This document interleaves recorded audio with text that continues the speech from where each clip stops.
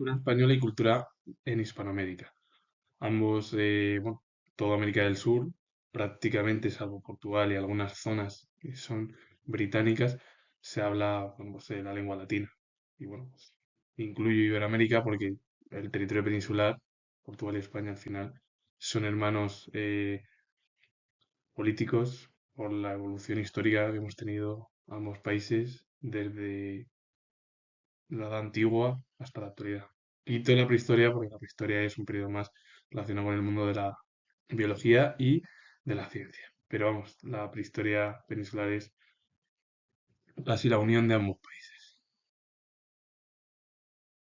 Y en este caso no voy a hablar nada de Portugal, solo voy a hablar del habla hispana, es decir, del castellano. Diego de Valera fue escritor español, fue doncel del monarca Juan II y luchó contra los nazaríes en 1431, antes de iniciar su periplo por las embajadas españolas en Europa.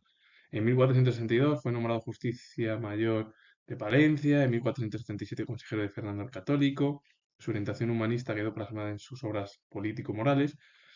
Y hay que decir que de Diego Valera, la cercanía con la monarquía al final castellana, primero Juan II, luego también siendo nombrado Justicia Mayor de Palencia o incluso consejero de uno de los monarcas más importantes de la historia de España por la transformación hacia el Estado moderno, que fue Fernando el Católico, junto con Isabel la Católica. Nadie debemos de olvidar que los reyes católicos fueron la Unión de España. Ahí es cuando comenzó como país, es verdad que había diferentes coronas, porque había diferentes reinos, porque estaba la corona de Castilla hasta la conquista luego del reino nazarí de Granada en 1492, que fue el día 2 de enero, que por cierto el día 2 de enero es una festividad local de Granada. Y luego, bueno, pues estaba el reino em, de Navarra, estaba la corona de Aragón, estaba el reino de Portugal. Bueno, había cinco reinos. Luego, con la conquista, como he dicho, había cuatro reinos y luego, bueno, se quedaron a partir de Carlos V, Carlos I, en un único estado, que fue la monarquía española y, bueno, diferenciada de la monarquía portuguesa. Y la obra de Diego Valera es Crónica abreviada de 1482, uno de los escritores más importantes de la corona de Castilla.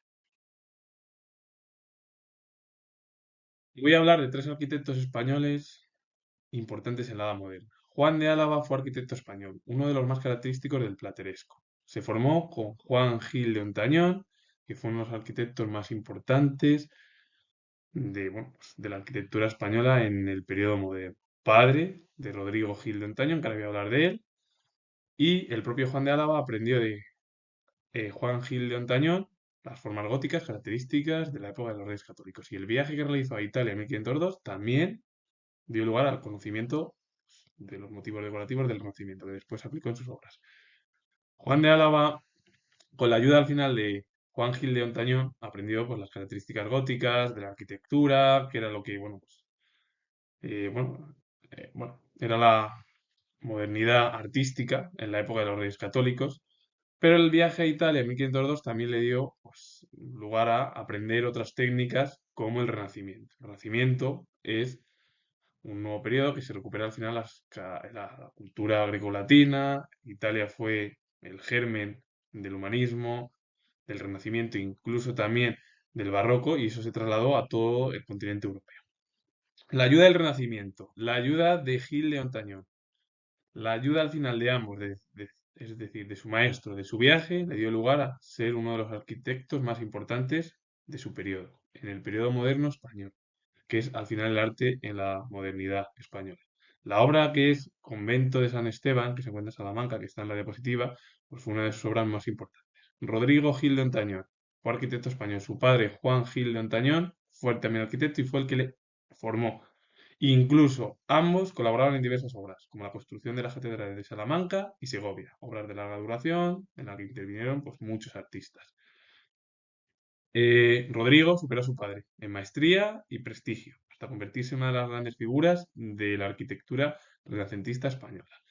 Una de las obras, y es historia al final de la Comunidad de Madrid y concretamente más de Alcalá, es la fachada de la Universidad de Alcalá de Henares, que es la antigua universidad donde ahí estuvieron grandes artistas, Lope de Vega, Cervantes, Quevedo, bueno, un montón, que incluso no eran, bueno, eran estudiantes, pero bueno, no tan bueno, yo diría no buenos, pero bueno. No es decir, bueno, sino que eran estudiantes al final, pues como cualquier persona, normales, que tenían pues bueno, pues una estructura artística normal y en la cual, bueno, pues luego muchos de ellos dejaron huella y los que he nombrado, bueno, el siglo de oro es espectacular porque Góngora, Quevedo, Lope de Vega, Tirso de Molina, Calderón de la Barca, que han estado viviendo por toda la Comunidad de Madrid y prácticamente por la capital, su huella es importantísima. El problema es que, claro, que no sucede como en Hollywood. En Hollywood hay grandes artistas que tienen sus estrellas y ahí están clavados porque lo reconocen. Aquí el problema es que tenemos otro eh, pensamiento artístico. Aquí más tira otras maneras culturales más deportivas. Pero bueno, muchos de los que he dicho estuvieron estudiando en la fachada de la Universidad de Alcalá de Henares, es decir, allí en Alcalá, y quien lo mandó construir al final fue el cardenal Cisneros. Bueno, pues todo ello, bueno, pues el cardenal Cisneros fue el que comenzó las obras en Alcalá. Y bueno, siendo una de las principales ciudades pues, importantes en la Edad Moderna española. El uso de Covarrubias fue otro de los arquitectos más importantes en España. Considerado uno de los representantes más ilustres del plateresco, un estilo arquitectónico que tuvo mayor repercusión en el primer tercio del siglo XVI en España. Una de las primeras obras fue la Capilla de Santa Librada, en la Catedral de Sigüenza, con un retablo que se caracterizó por su exuberancia decorativa, también en la Catedral de Sigüenza, pero en fecha ya posterior, realizó la sacristía mayor, llamada de las cabezas por estar adornada la bóveda con 304 pequeñas cabezas. Y una de las obras que aparece en la diapositiva es Capilla de los Reyes Nuevos, que se encuentra en la Catedral de Toledo. Y que hay que comentar que Alonso de Covarrubias dejó huella al final de la arquitectura y he hablado de tres arquitectos importantes para comprenderlos y entenderlos, porque con ellos se entiende el arte español de la Edad Moderna e incluso el lugar en el que vivieron, es decir, el contexto histórico, porque muchos de ellos coincidieron con Carlos V o Carlos I y Felipe II, que fueron los dos monarcas más poderosos mm, de Europa y de España por la gran cantidad de colonias que tenía en América y en otras zonas también de Asia y de África. Y doy un salto del arte literario y arquitectónico a el arte literario en la edad contemporánea. Narciso Capillo y Correa fue escritor español. Cursó estudios en el Colegio de San Telmo de Sevilla junto con Becker, uno de los principales escritores del romanticismo y también del postromanticismo fue Gustavo Adolfo Becker. En 1865 obtuvo la cátedra de Retórica y Poética del Instituto de Cádiz y en 1869 la del Instituto Cardenal Cisneros de Madrid. Fue redactor del diario gaditano El Demócrata Andaluz y director de la revista El Museo Universal, que luego se convirtió en la Ilustración española y americana. Una de las obras de Campí y Correa es Memoria y Teoría del Estilo de 1875.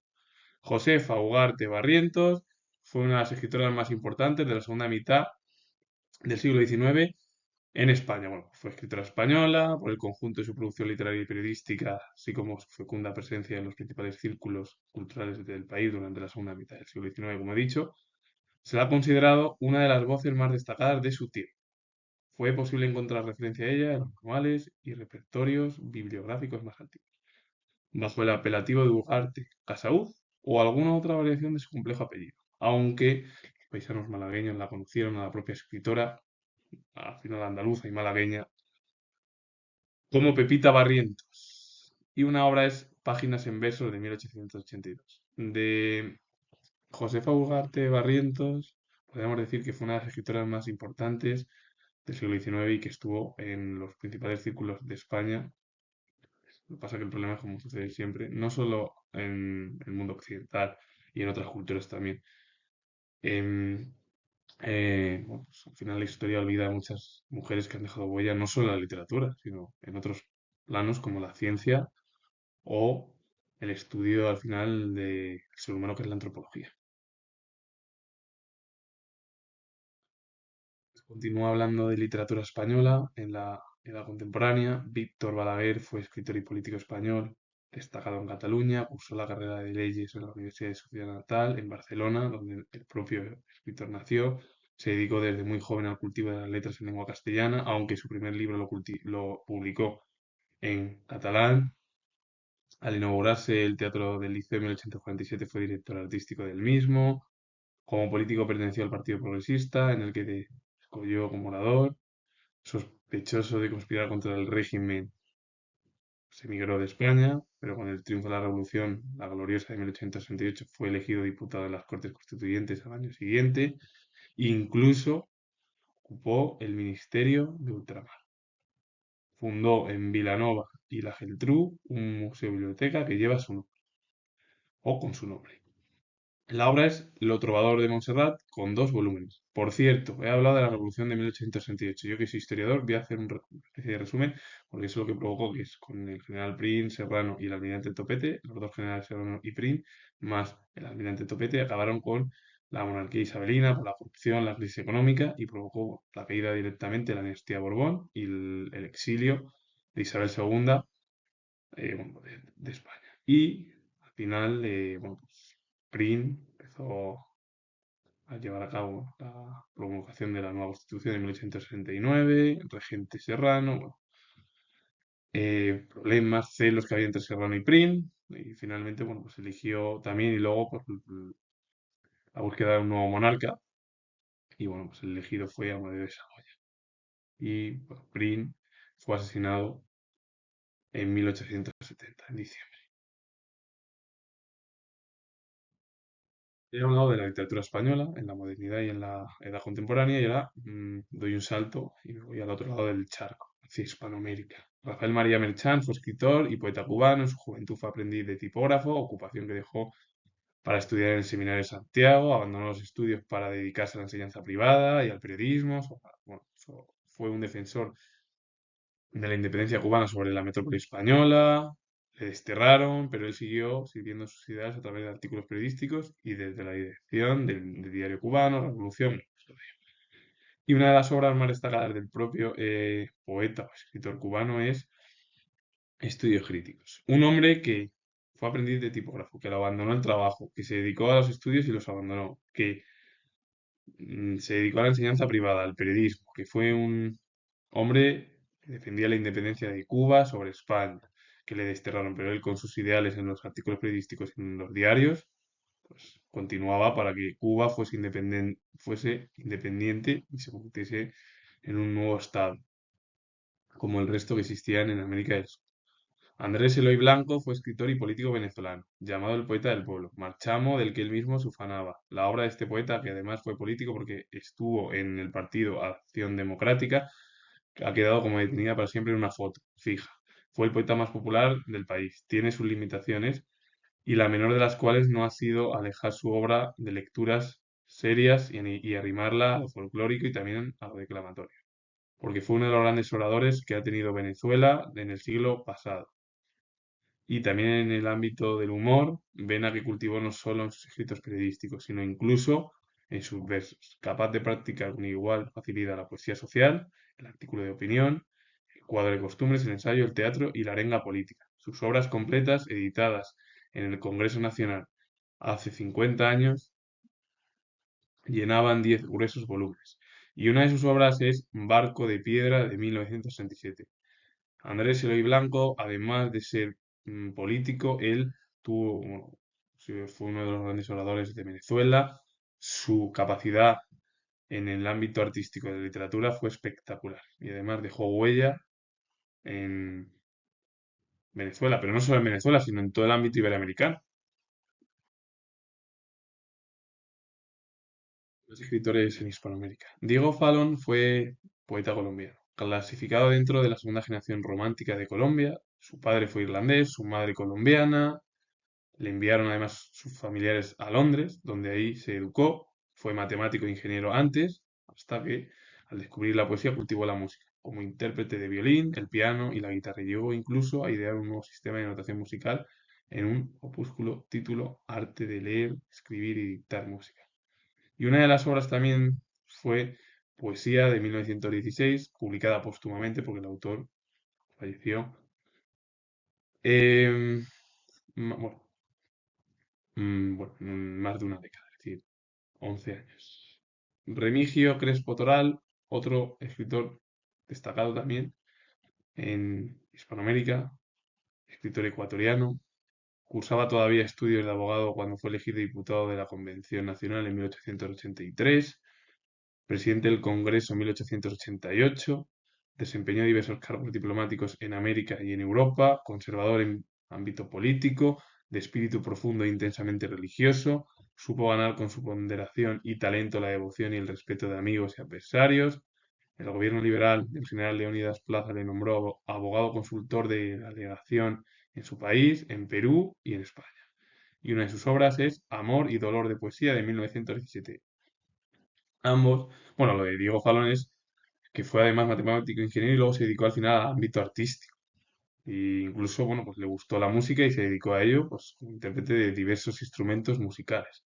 Y Crespo Toral fue escritor, pero a la vez político, porque fue diplomático, porque estuvo elegido además diputado de la Convención Nacional con 23 años, presidente del Congreso con 28 años, bueno, y todo ello, la diplomacia y su carácter político, conservador, religioso, con un espíritu profundo, con una gran ponderación, con una gran, o el talento de devoción, con un respeto sobre todo de amigos y también de los adversarios. Le nombraron incluso abogado consultor de la legación en su país, en Perú, es decir, también en América, y en Europa, en España. Así que con ello finalizo. Comento que soy historiador y si os ha gustado este vídeo relacionado con el mundo de la cultura latina en España y en el ámbito hispanoamericano, darle a like, suscribiros, comentar y vuelvo a repetir que soy historiador. Y nos vemos en el siguiente vídeo.